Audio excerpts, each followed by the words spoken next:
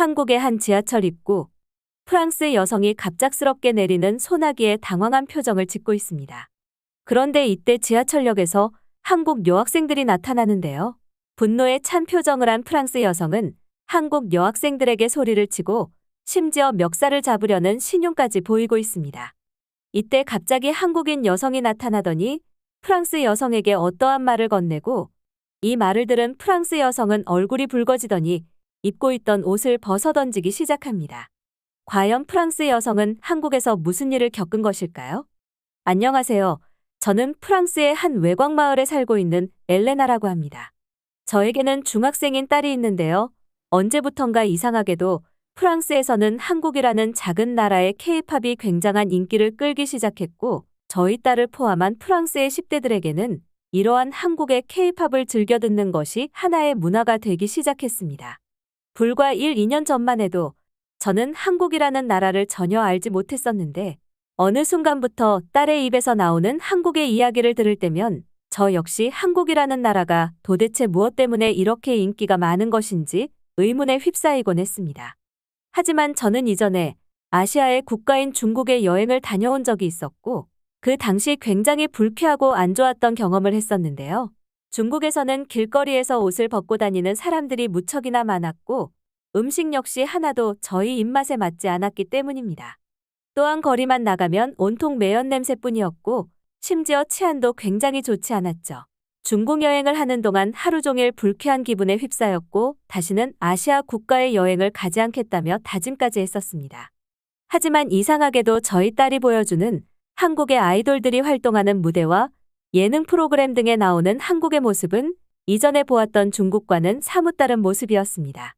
그렇지만 여전히 아시아 국가에 대한 의심이 남아있었고 이번 가족여행에서 한국을 꼭 가보고 싶다는 딸의 안건이 나왔을 때도 저는 아시아의 나라는 안 된다면서 강하게 반대를 하였죠. 하지만 저희 딸은 눈물까지 흘리며 저에게 한국이라는 나라의 사진과 여러 영상들을 보여주면서 제발 자신을 믿고 한 번만 한국에 가달라고 애원을 하더군요. 이미 중국이라는 나라에서 된통당한 저였지만 결국 딸의 애원을 이기지 못하였고 한 번만 더 아시아 국가를 믿어보자라는 근거 없는 믿음으로 한국에 가게 되었습니다. 프랑스로부터 약 14시간에 걸친 비행을 통해 저와 딸은 마침내 한국의 대표 공항인 인천공항에 도착하게 되었는데요. 한국 공항에 도착하자마자 저는 크게 당황할 수밖에 없었습니다. 놀랍게도 한국 공항에는 항공기와 공항을 연결해주는 무료 셔틀버스가 있었다는 점인데요. 저희 프랑스에서는 이러한 셔틀버스를 이용할 때 비용을 지불해야 하는 것이 당연한 절차이지만 한국에서는 무료로 이용된다는 점과 버스 내부가 너무나 쾌적했다는 점입니다. 이외에도 버스에서는 저희 같은 외국인들을 배려해서 영어로 입국 심사장 위치에 대한 안내 방송까지 나오더군요. 한국의 첫 인상이 과거 중국을 방문했을 때와는 너무나도 차이나서 조금은 기대감을 갖고 입국 심사장으로 향하게 되었습니다. 한국의 입국 심사장에 도착했을 때 저와 딸은 무척이나 긴장할 수밖에 없었습니다. 같은 아시아 국가인 중국을 방문했을 때도 저희는 약 2시간 동안 입국 심사장에서 붙잡혀 있었기 때문이죠. 단순히 타국가에서 온 외국인이라는 점만으로 약 2시간의 대기를 하며 서류 작성을 끝낸 끝에서야 입국을 할 수 있었기에 한국에서도 기본 1시간 이상은 기다릴 수 있다는 걱정을 하며 입국 심사를 시작했습니다. 그런데 이때 저희는 너무나도 놀랄 수밖에 없었는데요. 한국에서의 입국 심사는 단 10분밖에 걸리지 않았다는 점입니다.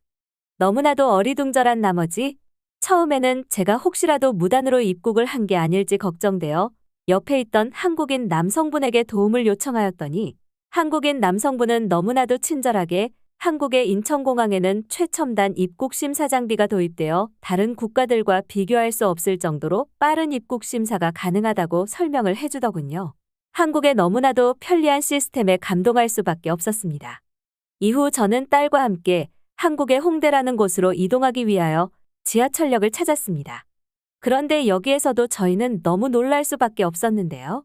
인천공항에서 홍대까지 가는 지하철이 공항 지하에서 한 번에 연결되어 있었다는 점과 이동 시간이 굉장히 짧았다는 점이었습니다. 분명 한국에 오기 전 프랑스에서 지도로 확인했을 때는 인천공항에서부터 홍대까지 거리는 굉장히 먼 거리였는데요. 너무나도 먼 거리를 어떻게 이동해야 할지에 대해서 걱정이 많았는데 이러한 걱정은 인천공항에 쾌적하고 빠르면서 간편한 지하철 시스템을 경험하는 순간 전부 사라져버렸습니다. 그런데 지하철을 탑승하는 순간 저희를 더 충격에 빠지게 한 것은 한국 사람들은 지하철 내부 선반에 자신의 짐을 아무렇지 않게 올려두고 이동한다는 부분이었습니다. 심지어 어떤 손님은 짐을 올려두고 잠을 자기까지 했는데요.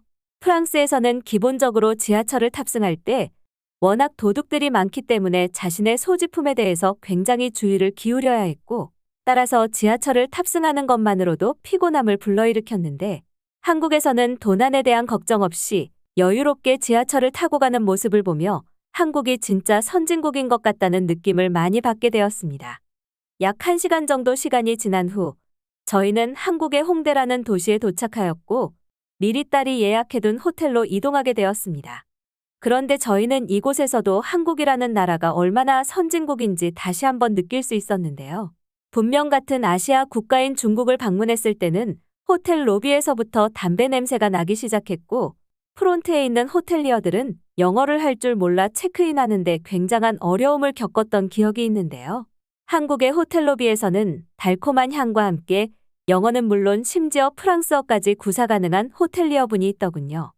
호텔리어분에게 어떻게 프랑스어를 하실 수 있는지 여쭤보니 한국의 모든 호텔들은 기본적으로 3개국어 이상을 하는 직원분들이 상주하고 있기 때문에 어떤 국가의 관광객이 오더라도 응대가 가능하다고 이야기를 해주셨고 저와 딸은 한국의 선진교육과 친절한 문화에 대해서 감탄을 할 수밖에 없었습니다.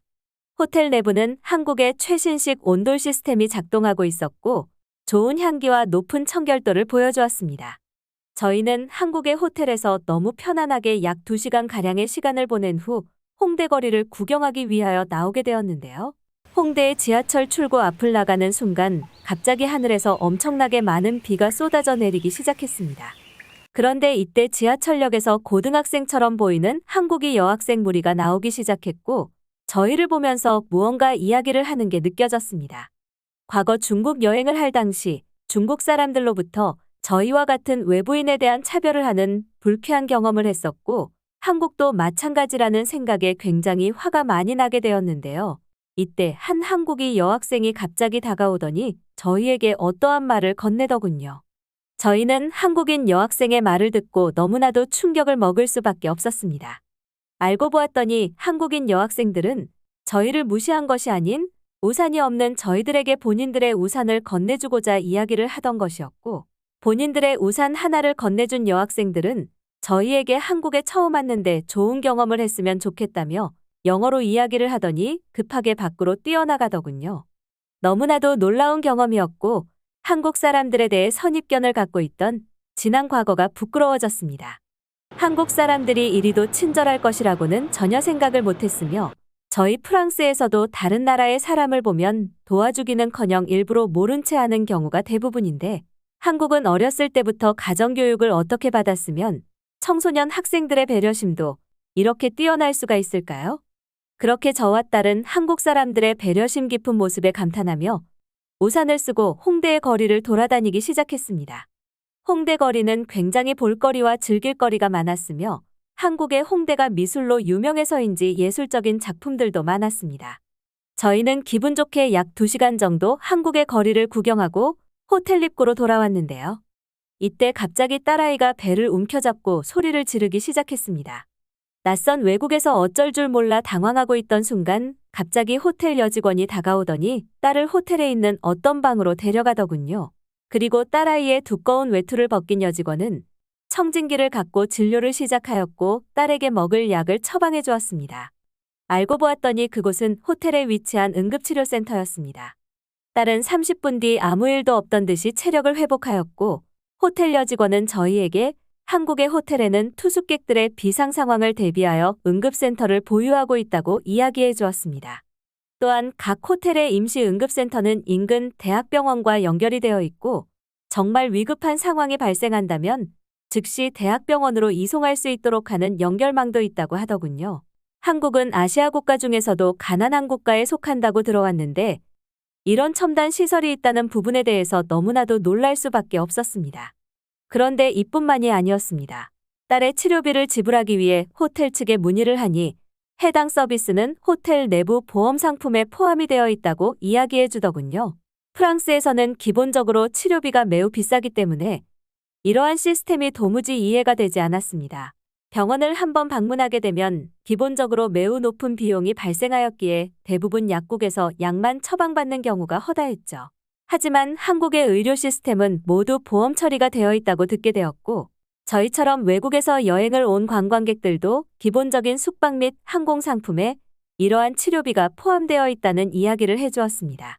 저희 프랑스에서는 한국이라는 나라가 그저 작은 아시아의 국가라고 늘 교육받아 왔는데요. 이번 여행을 통해 한국이 얼마나 뛰어나고 발전된 국가인지 다시 한번 깨닫게 되었고, 저희 딸 역시 한국의 약을 먹고 나니 금방 체력이 회복되었다며 한국은 정말 경험해보지 못한 좋은 국가라고 다음 가족여행도 한국으로 오자고 이야기를 했습니다. 저는 이번 한국 여행을 통해 한국에 대한 인식이 너무나도 바뀌었고, 프랑스보다 더욱 선진국인 나라가 아시아에 있다며 주변 친구들에게도 계속해서 이야기를 해주고 있습니다. 비록 짧은 기간 동안의 한국 여행이었지만 너무나도 기억에 남는 여행이었습니다. 이 글을 쓰는 지금도 한국에 다시 방문하고 싶다는 생각이 너무나도 많이 드네요. 기회가 된다면 제 글을 읽는 분들도 꼭 한국이라는 국가를 방문해 보셨으면 좋겠습니다. 그럼 긴 글 읽어주셔서 감사합니다.